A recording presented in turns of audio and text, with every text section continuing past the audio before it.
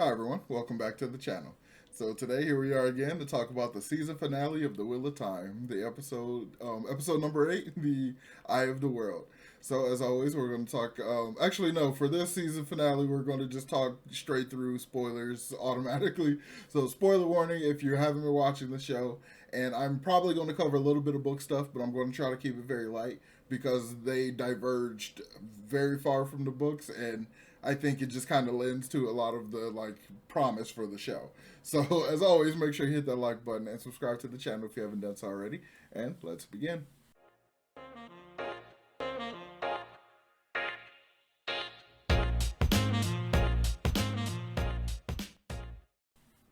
So the episode 8, our season finale, it was so good. It was so different, so unexpected, but so good. I'm so happy it stayed really, really good, even though it changed a lot. Oh, it's changed some good stuff though. It's so good, so good. All right, so let's just go ahead and start off from the beginning of the episode. So, in the beginning of the episode, we get the cold open that I was hoping that we would get. I really hoped we would get it earlier in the show, but saving it for the season finale, and it was just a little bit of it. I think it was really, really, really good. We got the setup of Luz Theron basically planning on trying to do what he did in order to create the corruption. Basically, we get the origin of the corruption and the boar and all that stuff. So I just thought it was so well done. Like the costuming and the way everything looked was so beautifully done. I really liked the casting for Luz Theron. I really liked the way the costuming and everything was. And when we got to see the way the city looked, the way it's all super futuristic and really, really cool. And they had a flying car and stuff. I thought that was so amazing. I thought it was so cool. Like it showed exactly what I was kind of assuming by this point where I am in the books that I'm like, okay, before the breaking of the world, everything had to have been incredibly advanced and really cool and super sci-fi and stuff. So to actually get to see that, I thought was really, really awesome. I thought it was so well done. I can't get over it. I wonder if they're going to show every season, show a little bit more of that flashback to give us the full overall backstory and origin of everything that happened. Because it was only just a little bit of it. It wasn't the full entire thing. But we did get a little bit more when Rand started to recall the different stuff that was happening at the Eye of the World. So I really hope that we get more of it because I just really want to see some of that. And while Game of Thrones got prequel stuff, I would love for this to get a prequel and we get to see that age, at least some of that, up to the splitting of the Aes Sedai and stuff like that. I would really love to see that. So I thought that was just so well done. That part of the episode hooked me in so quick. I thought it was just brilliant. I loved it.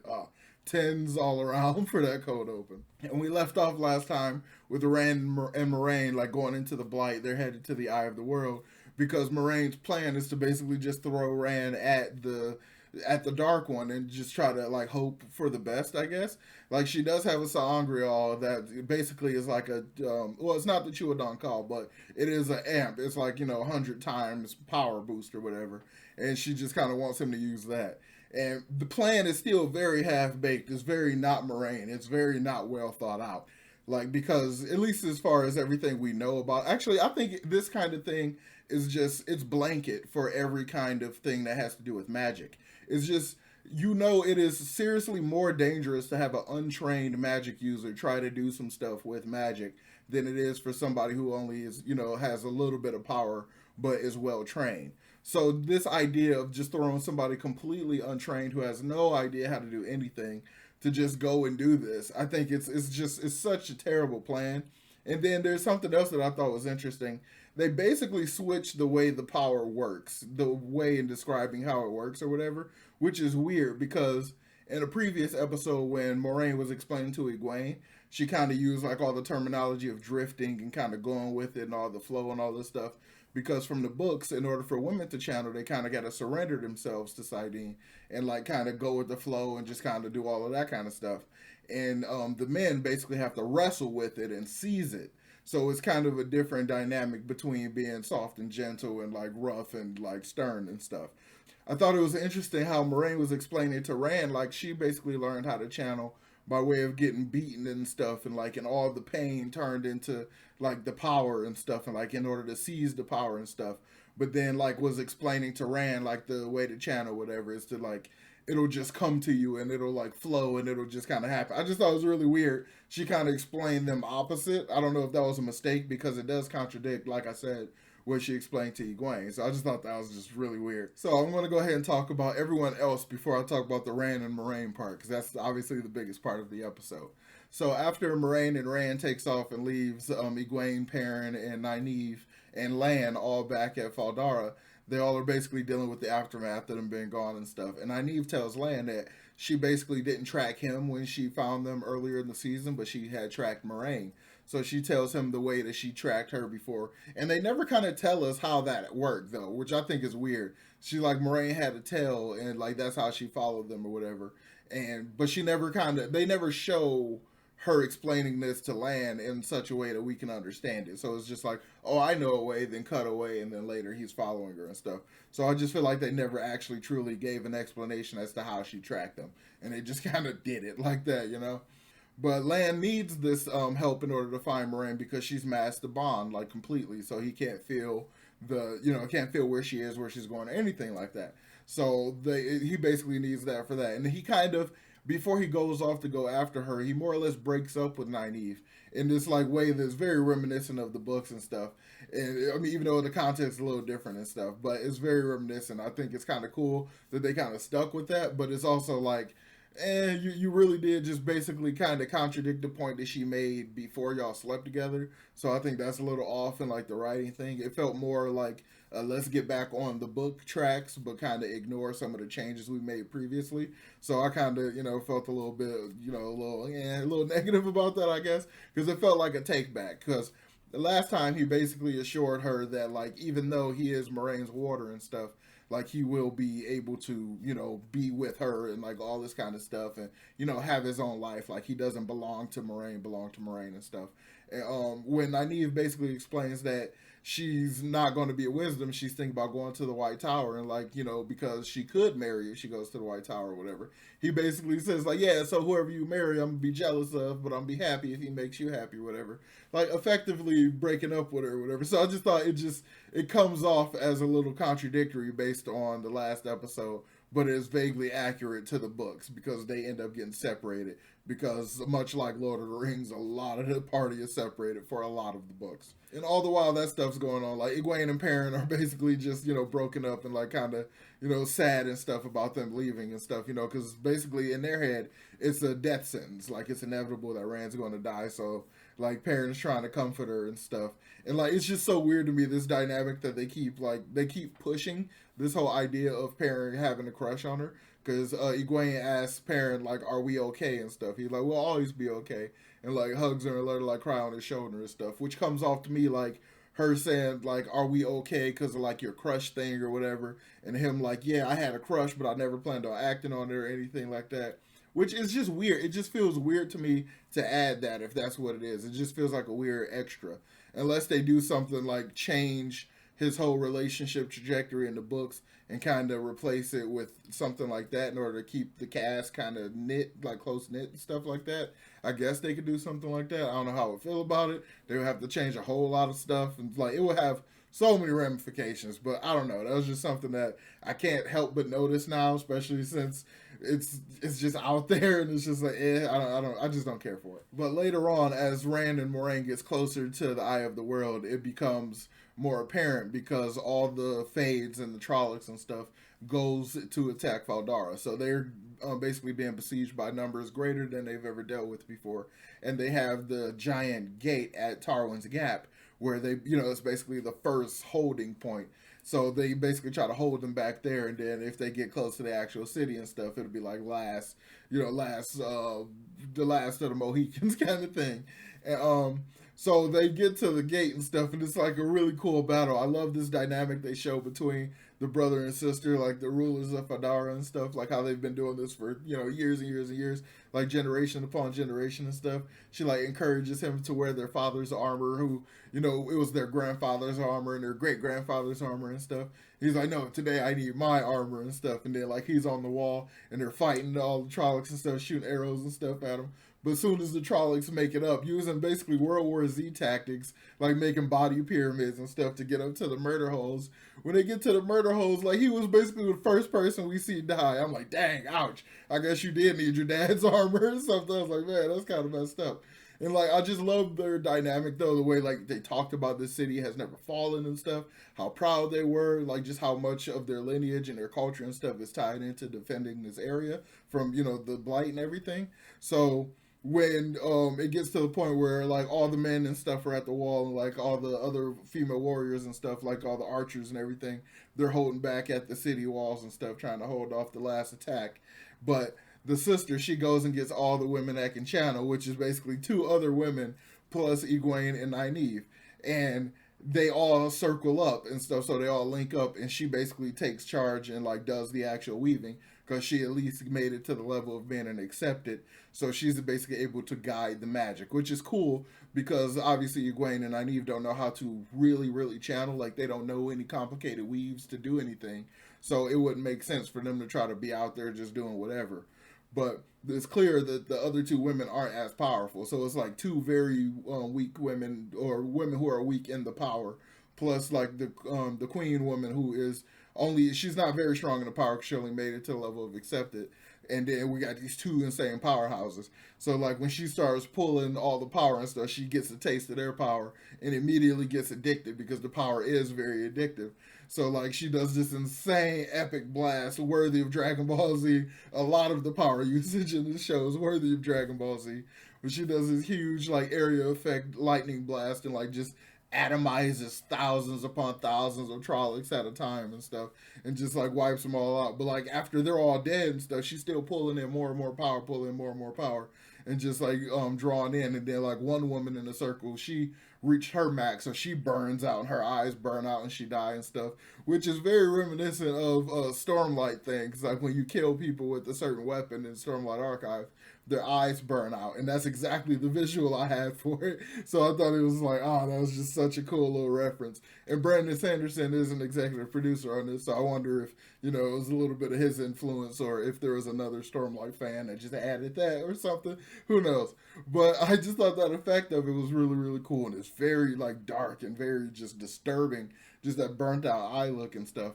So like that first woman goes down, then the second woman goes down, and then Nynaeve and Egwene, they're both like starting to glow and stuff because they're starting to burn. I'm like, okay, this is cool. This makes more sense because they should have a much greater threshold for pulling this kind of power because they're so much stronger and stuff.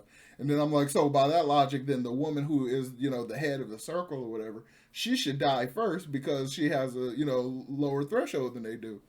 Right before she dies, like Egwene or Nynaeve basically, I guess, unhooks Egwene from the circle or something, and like tries to take her place or something. But it like she started to burn out a lot quicker and was basically dying. And we get to the point where Egwene has to do her first instance of healing, and she incidentally does one of those crying kind of unintentional heal kind of things, one of those almost cliche moments from a lot of shows and stuff. But I appreciated it because they continue to show Nynaeve's selflessness and her overly willingness to sacrifice herself for these two rivers people. Like she loved them so much, and like a lot of her like anger or like anything like that I hope we do see later, because a lot of her like just angry bullishness and stuff from the books we haven't really seen yet. So if some of that stuff comes up, I feel like we have a lot better context for it now because we just see how much she cares for them, how much she cares about her two rivers people and stuff. So I just really dig that. But of course, it's like, we had a little fake out death thing for a moment. And I didn't buy it for a second, though, because I'm like, we did that in like episode 2 or something. You can't like fake out her death twice in the same season. Like, you're not going to end it on like a cliffhanger and we're going to end the season like, oh, maybe Nynaeve's dead or something. Like, no, it's not going to happen. So I really expected it going to heal. So I wasn't surprised at all when she did heal her. So I thought that was, pretty interesting. But like during that entire time, Perrin basically has almost nothing to do. So he's helping the other soldiers that are trying to get the Horn of Valier. They're trying to get it out of the ground because it's like buried under some tile in the throne room and stuff up under the throne. And they're trying to get it out and whatever. And he ends up noticing Padon Fane is in there because Padon Fane's been like in the background and stuff doing all this little stuff, slick stuff all season basically. And, so his whole plan was to go there. He took 2 Fays with him. They went in there and they killed the soldiers that was in there before Perrin got back when he went looking for him. And he ends up in there like Padon Fane's got the Horn of Valier and he's just like chilling on the throne and stuff. and gives Perrin just a little bit of exposition, kind of catches him up a little bit. He's like, yeah, the rest of y'all may not be the Dragon Reborn, but all of y'all have a part to play in all of this. So all of y'all are Targaryen. All of y'all are important to this story. Y'all all got a part to play. And he just basically skedaddles on off. And we see he used that dagger that Matt had to kill someone. So I wonder when he got that dagger back. And I think it's just, I know, like, in the books, like, how all that happens. But, like, I thought it was interesting. He already has it back and stuff. And we just see, I think he's going to be a much more interesting character and a much bigger threat than he was in the books. So it's really interesting to see how they're kind of playing with that. So now let's go ahead and talk about Rand and Moraine, that whole thing. So, because it's like it's so much happened. This is where we get the biggest changes from the books, and a lot of these changes really give me a lot of hope for the direction of the show, because they're interesting changes, they're fun changes that I'm really into, and I'm really interested to see how these characters will play with these changes, like how they will, well, obviously how the creators will play with the changes, but I'm interested to see how these characters' personalities will react to these type of changes, as opposed to the scenarios I'm familiar with them in. So while they're traveling through the blight, and I just have to say, I really love the design of the blight too. I love how like all the trees are like fingers. They have like just the 5 little spokes, like stars or whatever, and like they're just all like leaned over and stuff. It's just a very specific type of corruption, and it's a very distinct type of look, and especially from like an aerial view. It looks really really cool, and I really love the design for it. Because in my head, I was just thinking like wilted trees and stuff, and dead grass, and like that kind of thing. Just very generic, kind of rotted forest type thing. But this look I thought was very distinct and very cool and very creepy. And then we get the look of that kid who went in there, because apparently young people go in there trying to test their bravery or whatever. And he's just completely corrupted. He looks alive, but he's like half grown into the ground and stuff. It was just really cool, really disturbing and stuff. It was just a lot of fun. I just thought it was just really well done. I dug it so much. It was really cool. But we almost immediately have Rand getting made, getting played with the Dark One and stuff. He immediately has this like dream and stuff, and I thought it was so well done. Like he's just sitting there having a conversation. Like he wakes up and like his hand is slowly getting corrupted, like the grass and stuff is on it. And I was like, oh crap! Like yeah, because the whole time like Moraine warns him and stuff, like don't touch anything, don't do anything, because the corruption will like take over you and stuff. But then she's talking about, okay, let's sit down and rest. I'm like, no, you can't rest. This whole place is corrupted. It's evil. It's gonna try to kill you. Like so, it's just like freaking me out the whole time. So when he sees that stuff on his hand, I was like, of course, like that was gonna happen. Like you're in this terrible place and blah blah blah. So she tells him like, don't trust his dreams. Like, what did you dream or whatever? Dreams here are like not safe, especially when we're so close to him. And like as she speaks, we see a sword blade come through her mouth, and I was like, ah, I was like what? Because I was so convinced that this wasn't a dream because the corruption was taking over his hand and stuff, and I expected that to be more of a real life thing than happening in a dream. So when it happened, it really got me. It like really shook me. I was like, whoa! And then like it was obvious it was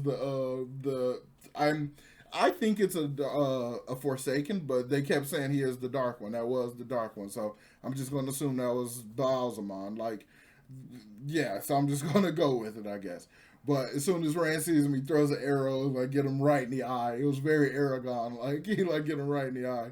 And they did a really cool effect, how he pushes the arrow into his face, and that weird, terrible lizard face thing that he's been using all season. That kind of, it's like a mask. It kind of swirls into the eye, and he has just his regular guy face or whatever. I thought that was really cool, and I really like that dynamic a lot more. This really well dressed, erudite, smart man, like kind of just having this calm conversation with him, but he has this level of menace up under it that you just know he's like the devil incarnate, quite literally. So I just thought it was just really, really well done. So he starts, and it's so funny because like as much as I know about the books and stuff, the whole secondary dynamic to the entire prophecy part completely slipped my mind. So when he started to behave kind of nice to Rand and stuff, and kind of almost in a mentorish kind of way and stuff like that, it kind of took me by surprise, because I forgot all about the fact that he can either join the Dark One or defeat him. And so it didn't even occur to me that he would be, because he also did in the books too, which is weird. Like he should, like, of course, be trying to entice Rand to join him and stuff. So he's kind of trying to do that and stuff. I thought that was just really, really well done, the whole dynamics of it. And then we get to see Yusuf, I believe the actor's name, the guy who plays Rand. Like a lot of his acting is better, because like He hasn't really been doing a lot all season. He's been pretty much in the background and stuff, probably to preserve the mystery. But like now we get to see a lot of his reactions and stuff, and his acting feels a lot more dynamic to me now. So I dig that a lot. I thought that came across really well. And the way he gets out of this dream when they're talking, it freaked me out. It was so well done, and it was so ballsy in my opinion too, because he was like, "This is a dream, this is a dream." Pulled his sword and stabbed himself with this huge katana, and like he clearly felt it, and like went to his knees and stuff before he woke up. And I was like, "Whoa!" Like that was so intense, and he just did it so immediately. It was just no hesitation. And then Moraine says exactly what she said in his dream. So I'm like, like I'm just sitting there like I couldn't believe what was a dream, what wasn't a dream and stuff. I was sitting there expecting the sword to come through, to stab through or whatever. I was like, no, like you can't do it. It got me so much. I dug it so much. But then shortly after that, they get to the Eye of the World, and we get to see what I guess is the eye itself. I thought was the boar or something, but like I guess it's the eye itself, different from the books, at least from what I remember. The whole part in the honestly, the ending of the first book is very vague and kind of confusing, but the area they went to I thought was really interesting because it has this like I'm assuming it's Feldarin type architecture because we saw it at the Tarwin's Gap, the big wall thing they had too. So their stairs kind of go up like this and kind of go out like that. So it makes diamond patterns. And I thought that was really interesting. So we see the same thing in the Eye of the World area where they have to go all the way down the little tunnel pit thing, and all the stairs are diamond patterns and stuff. So it's kind of like the Escher painting with the stairs and all of that stuff. And it's just a really cool architectural decision. I think it's a really interesting design choice. I just liked it so much. It brought so much to it and gave the show such a unique look and feel. I just thought it was just really well done. And when we finally actually get down there, and we basically like Rand is going through kind of the motions and stuff, and he's looking at everything because, of course, to him being a reincarnation, a lot of this stuff looks familiar to him. So they're down there, they're looking at everything. We got the classic Aes Sedai symbol at the bottom of in the middle of the room or whatever, basically yin yang symbol without the little bit of each in both sides and stuff.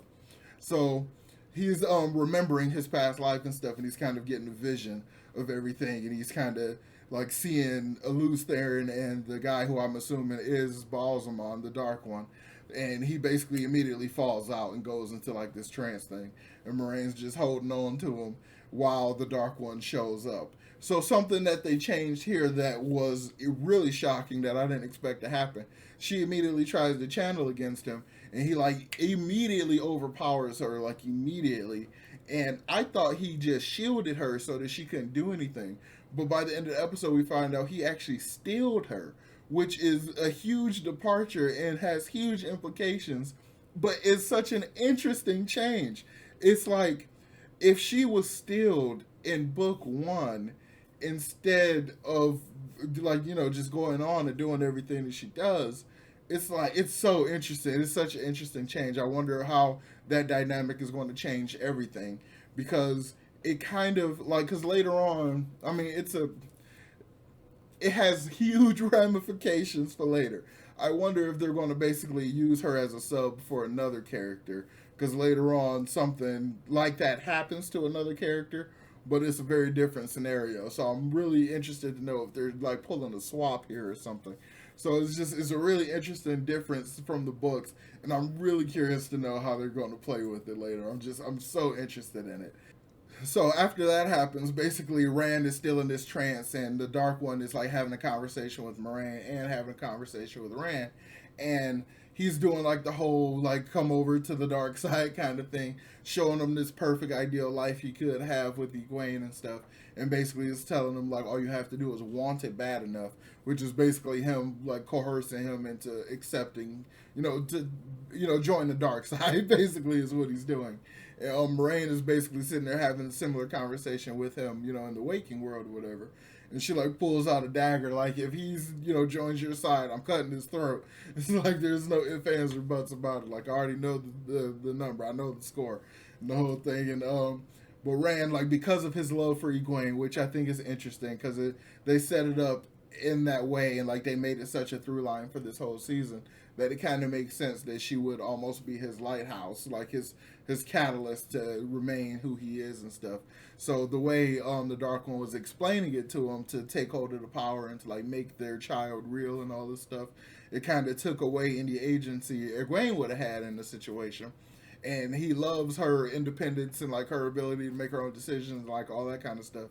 And like it kind of comes to him like that wouldn't be the woman I want and stuff, so he wouldn't do that. So he kind of channels the power that he's learning to channel through the Sangreal, and like immediately like turns on the Dark One and like wakes up and stuff and is standing up and like just does this thing that I don't really understand. He like holds the Sangreal at him and channels into it, and, like channels a whole bunch of power and then just like blast it at him. I don't know what he did. I have no idea what he did. Did he put him back in his prison? Did he try to obliterate him? I really don't get it. I don't know what he did. I am ironically as confused as I was at the end of the first book as I am at the end of the first season, but for completely different reasons. So I just think it's so interesting. I thought it was really, really cool. But I am like, I don't know if I should like take that as a negative that I really don't understand what he did. But I just like the way it holds true to the feeling of the end of the book while being its own thing and making these changes and stuff. So I just thought it was like really, really interesting. So I'm just like really hyped for the way these changes are going to make everything play out differently. So I'm like I've been saying all season, I'm a fan of changes and I'm on board with them. Some of them not a fan of. Like similar, this entire season, not enough pairing. That's going to just be my complaint. We got some good stuff, but there's never enough pairing. But so it's just really good. But like one of the biggest things, one of the biggest changes that I think is going to have gigantic ramifications that I am so hyped about is the last scene that we got, which I imagine was basically an end credit scene that they just tagged on at the very, very end. It was, we get the arrival of the Shan-Chan, which I'm like, whoa, that is some pulling from down the line stuff and putting at the end of the first. I was like, whoa. And just the look of them was just metal. It was just so metal. It was so on a whole nother level than I ever expected. The Suldam and the Damani, just their look, it is so much. It is somehow threatening, tragic, terrifying, and just epic. It is so cool. I can't get over the design for them. But boy, oh boy, is that a change. That is going to have some ramifications, as well as Rand's decisions, because after they take care of what I presume is the Dark One, after they take care of it, Rand is like, I'm not going back with them. Tell them that I died. Even though you can't lie, figure out a way to try to tell them that I died and I'm not coming back because I can feel the insanity. So Rand is just off on his own, gone somewhere. Moraine is still with our party, but she's stilled. But wait, actually, but if she's that begs a question, because if she was stilled, then she can lie. So her telling Rand that she can't lie was technically a lie. I don't know. I don't know how they're going to play with that. She might still be technically bound to the oath, so I don't know how they're going to play with that. But so Rand is off on his own. She's still with the party. Matt is, from the last little look we just got, looks like he's headed to the White Tower. He went back to Tarvalin. So I don't know what's going on there. They might be changing some more there, leaning more into the darkness or something. They might be doing something totally different with him. So I'm loving the fact that I just don't know where we're going with this, and I'm just having so much fun. I just like this so much, and that arrival of the Shan-Chan just blew my mind away. Just boom. So that's the thought I'm gonna leave you all with. This is gonna wrap up my season review of The Wheel of Time. I'm definitely going to do some more videos breaking down different parts of the show and talking about different little changes and different things like that. So make sure you subscribe to check that out. So I will probably also be doing some paintings based on the show as well, because some of the stuff is just too good not to. So yeah, make sure you subscribe to the channel if you haven't done so already. Like the video, and if you want to check out the reactions to the show, you can check that out on Patreon. The link for that is down in the description. So as always, make sure you hit the like button and subscribe to the channel if you haven't done so already. And I will talk to y'all next time. Peace.